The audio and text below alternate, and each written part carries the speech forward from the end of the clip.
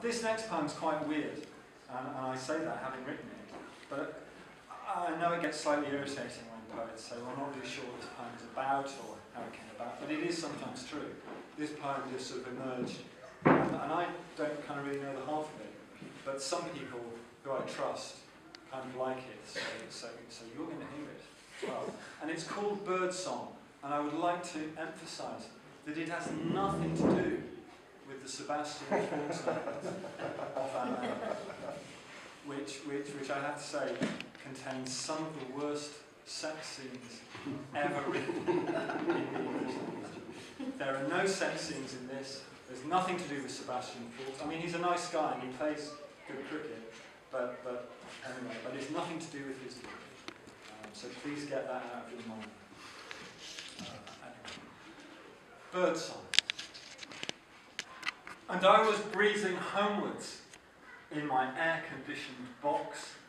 The 6 o'clock bombs of economic downturn and suicide bombings, adjustable by a finger's twitch, when someone else's misjudged manoeuvre scrunched up the picture in front of me.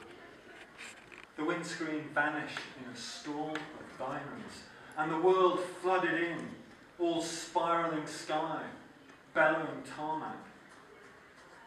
When time began again, I found myself upside down and realised that the fluid rivulating over my face belonged to me.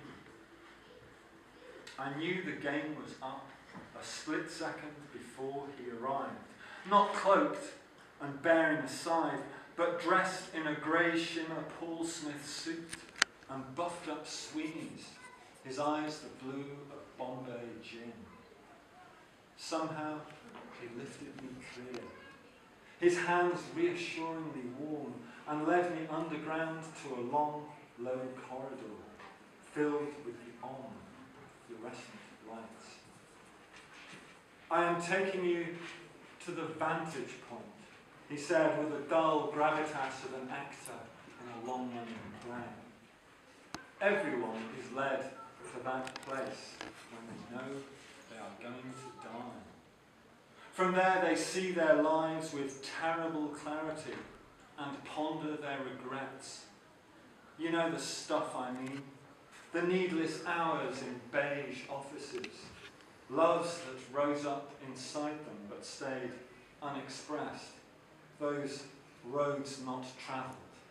He crooked his fingers into quotation marks. That kind of thing. I was trying my best to envisage it, a mountain peak perhaps, or the parapet of a monumental building, where we reached an olive green door, which, after rattling through a set of keys, he opened, ushering me into the living room of my own flat, the spider plant leaping from its pot, the glass ornament, a gift from an ex-lover, glinting on the windowsill, the slightly stained rug, optimistic in its whiteness, laid out on the floor. It was not long after sunrise, on what could have been one of any number of days. My neighbour across the hallway was shouting at her ginger cat, and on the other side of the street, a black cab sat with its engine ticking over.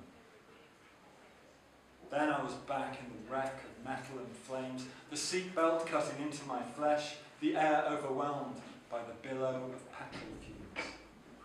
I listened to the restless chitter and trill from the nearby trees, a congregation of birds whose names and the songs they matched I had never learnt. Gradually, they were drowned out by the keening sirens, heralding the urgent faces that would shortly arrive, just moments too late.